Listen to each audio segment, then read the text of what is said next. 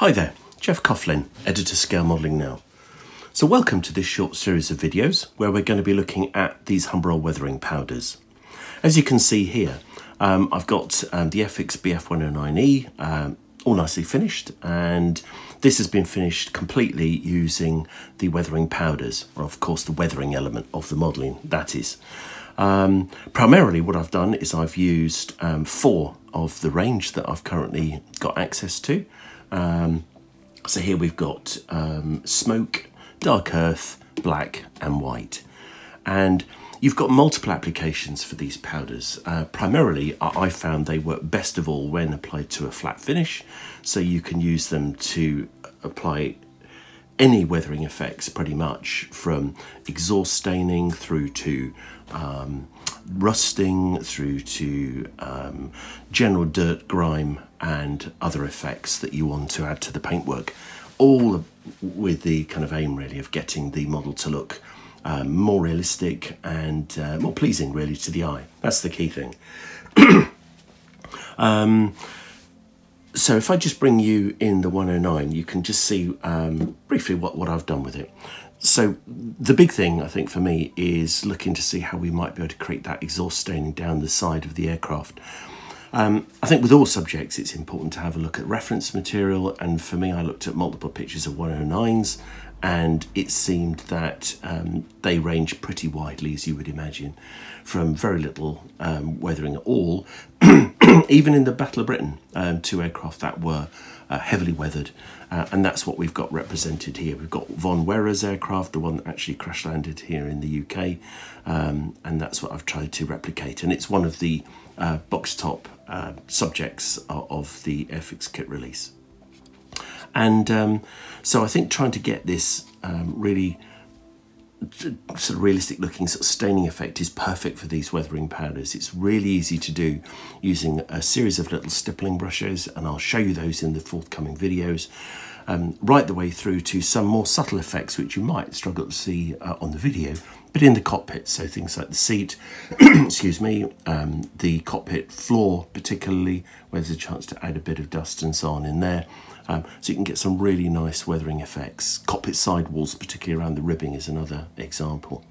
The other thing you can do is add some weathering exhaust stain to the underside. Now this aircraft is quite heavily weathered. I wanted it to represent that quite heavy exhaust staining that you often got on 109s. And as I said, do check your references. You'll find this was not uncommon. They used to deposit all kinds of mank along the centre line and the under centre section of the wings. So all of this is done very easily. Rather than use an airbrush, you could use the weathering powders. So for me, I really like that effect. So there we go. That's an intro. This is what we're going to create over the forthcoming series of short videos. So I've had the pleasure and the chance really to kind of record this video at the end, really, rather than at the start.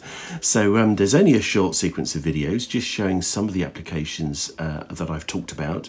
So just a quick recap, we're going to be looking at the cockpit, looking at how you might use some of the powders in there, definitely the exhaust staining, and then the heavy staining on the underside. All of that you'll be able to find out by watching the following short sequence of videos. So I hope you'll come along for the journey and enjoy the ride. Okay, so one use you can put the Humbrol weathering powders to is to do a little bit of shading and shadowing in the cockpit. And so here I'm using the black powder, and just to give you a tiny bit of insight, just had a little bit of a play on the left-hand wall here. So basically we've got the base colour sprayed, the dry brushing is done with a lighter kind of bluey green colour over the ribs. All I've done here is just add a little bit of powder to the around the framing, and then it just provides a little bit of shading, really, a little bit of ghosting. So you get this contrast when you peer inside the cockpit. You've got kind of contrast of the interior RLMO2. That's the kind of idea there. And so I just use a tiny little brush with a pointy end, all done dry. There's no wet applied here. And then literally you can just kind of work it in around. I'm trying to stay off the ribs themselves. You just apply a little bit of this.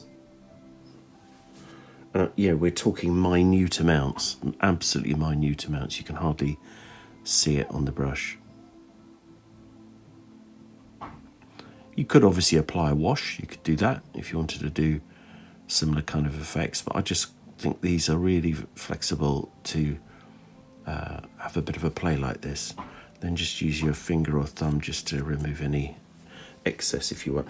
The other nice thing you get is this slightly satin look, which I like. I've always liked that to Luftwaffe paintwork. It just seems to, especially on the outside of the aircraft, it works really well.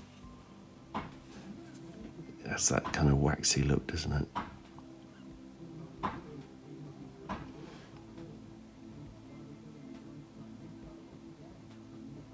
So it's all just about providing bits of contrast for me. Pop some of this inside that little storage pouch there.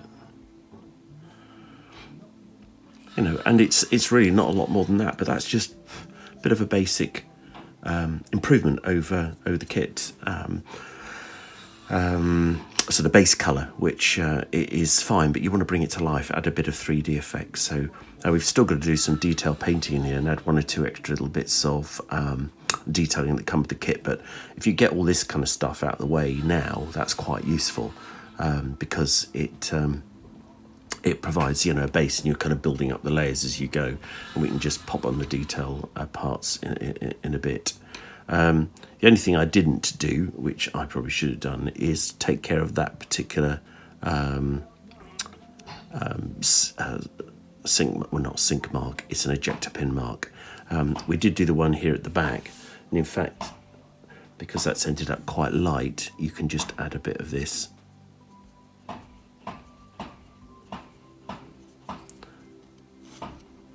You just work that in and just blend that away and make that blend in a little bit more. And if we just get a little Q-tippy type cotton bud thing, which I've got, which I've got here, we can just blend that in a little bit more. And again, it just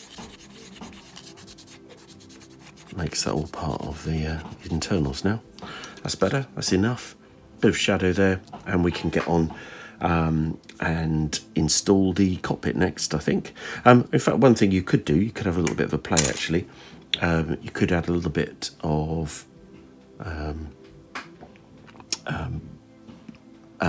sort of browny, dusty type stuff to the inside of the tub. And in fact, if we just quickly have a little look at that now, that might be useful.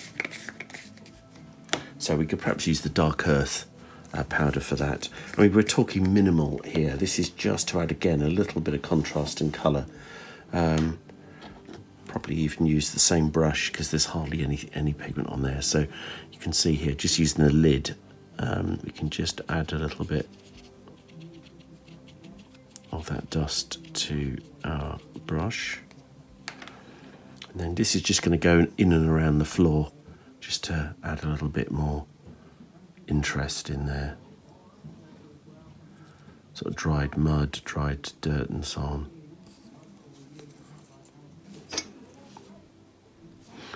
So it's not much, is it? Just bits.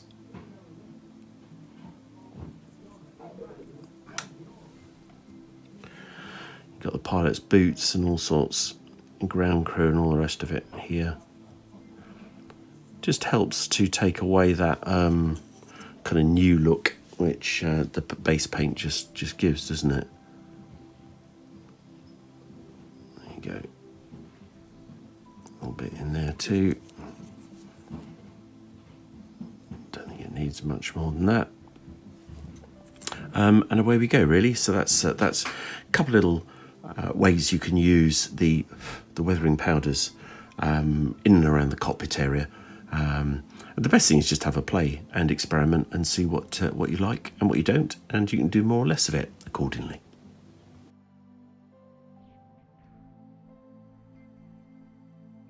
Okay, well, here's a quick look at the cockpit so far.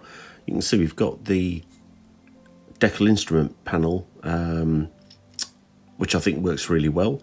I just applied some Future, some Johnson's Clear, and then put the decal over that, and then just applied a little bit of heat with the hairdryer, and that drew the decal down over the raised detail, which is good.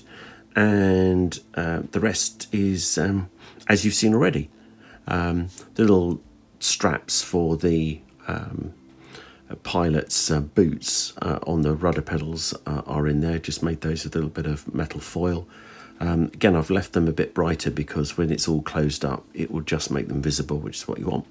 And you can see some of that, some of the Humbrol weathering powders on the floor, and I think again that adds just a little bit to the look of the whole thing. We've got the belts to go on, and I'll add those later on. I might actually just do them before we close the fuselage. It might make it just a bit easier to get access to the side belts. So in fact, I will do them next. And for that, we'll be using these Eduard pre-painted belts you can see here, which are going to be great. Nice, quick and easy, and we'll add those. And then we can close up the fuselage. But at least that's the progress so far. Okay, be back soon.